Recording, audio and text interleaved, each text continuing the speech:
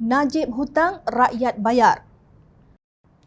Mahkamah Tinggi Kuala Lumpur kemarin diberitahu kerajaan Malaysia bertanggungjawab terhadap hutang 3 bilion US dollar atau 13.3 bilion ringgit yang diambil oleh One Malaysia Development Berhad (1MDB) pada 2013 apabila Menteri Kewangan ketika itu Datuk Seri Najib Razak menandatangani surat sokongan untuk pengumpulan dananya.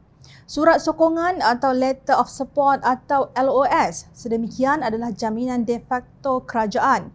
Bekas Timbalan Ketua Setiausaha Kementerian Kewangan Datuk Siti Zawiyah Muhammad Desa berkata adalah tidak jelas bagaimana 1MDB itu membelanjakan 3 bilion US dollar itu kerana firma pelaburan negara tersebut gagal memberikan sebarang maklumat terkini kepada bahagiannya dalam Kementerian Kewangan diperbadankan MOF. Siti Zawiyah berkata Najib menandatangani LOS tersebut bagi menyokong sesama antara 1MDB dan Albar Investment PJS iaitu anak syarikat International Petroleum Investment Company IPIC milik Kerajaan Abu Dhabi. Beliau mengesahkan bahawa 1MDB yang telah mengambil hutang 3 bilion US dollar pada 2013 melalui bond yang diterbitkan oleh anak syarikatnya telah gagal membuat pembayaran balik mengikut syarat hutang. Menurut Siti Zawiyah, perkara tersebut menyebabkan kerajaan hari ini terpaksa membayar balik hutang 1MDB berdasarkan LOS yang dikeluarkan kerajaan yang ditandatangani oleh Menteri Kewangan Najib Razak pada 2013. Beliau merujuk kepada surat sokongan bertarikh 14 Mac 2013 yang ditandatangani Najib dan diberikan kepada anak syarikat 1MDB Global Investment Limited, 1MDB GIL yang akan menerbitkan bond 3 bilion US dollar. Siti Zawiyah berkata 1MDB gagal memberikan mana-mana dokumen yang diminta oleh Kementerian Kewangan. 1MDB dikehendaki membentangkan laporan pelaburannya kepada Kementerian Kewangan selepas surat sokongan dikeluarkan, tetapi syarikat itu tidak berbuat demikian. Siti Zawiyah berkata demikian ketika memberi keterangan sebagai saksi pendakwaan ke-26 dalam perbicaraan Najib berhubung penyelewengan 2.28 bilion ringgit dana 1MDB, lapor beberapa media. Pinjaman itu didakwa dikumpul melalui terbitan bond 1MDB oleh Bank of New York Mellon Group. Bond tersebut matang tahun depan. Pihak pendakwaan berhujah bahawa akibat daripada jejak aliran kewangan yang diselewengkan itu sejumlah 681 juta US dollar, kira-kira 2.081 bilion ringgit mengikut kadar pertukaran asing ketika itu masuk ke akaun Najib pada awal 2013. 1MDB sebenarnya berurusan dengan Albar Investment PJS Limited yang kemudian dikenali sebagai Albar BVI, syarikat palsu yang mempunyai nama serupa dengan Albar Investment PJS, anak syarikat kepada syarikat pelaburan petroleum antarabangsa Abu Dhabi IPIC.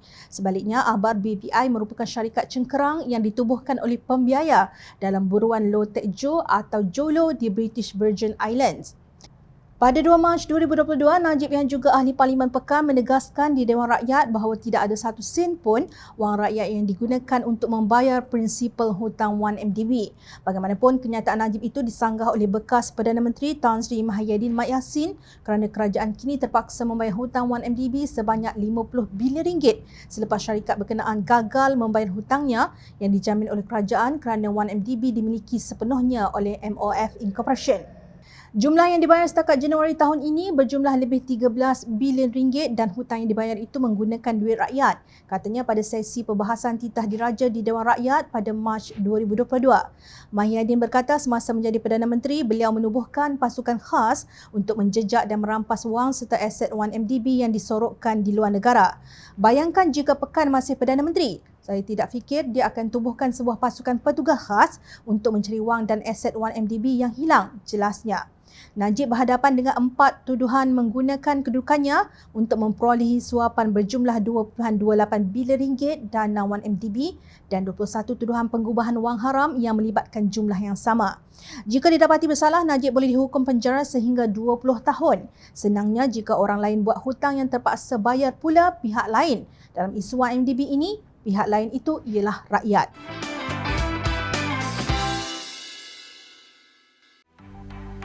Mencari maklumat dan berita politik yang bebas, kupasan yang tepat, panas.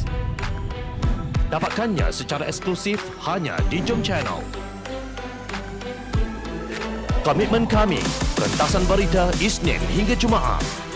Berbicara dan isu semasa, kami garapkan secara langsung. Panel-panel berkaliber dan profesional. Interaktif Pandangan anda kami raikan. Jangan lupa bersama kami di setiap hujung minggu dalam edisi khas mingguan. Jom channel, moving forward, sharing a new experience.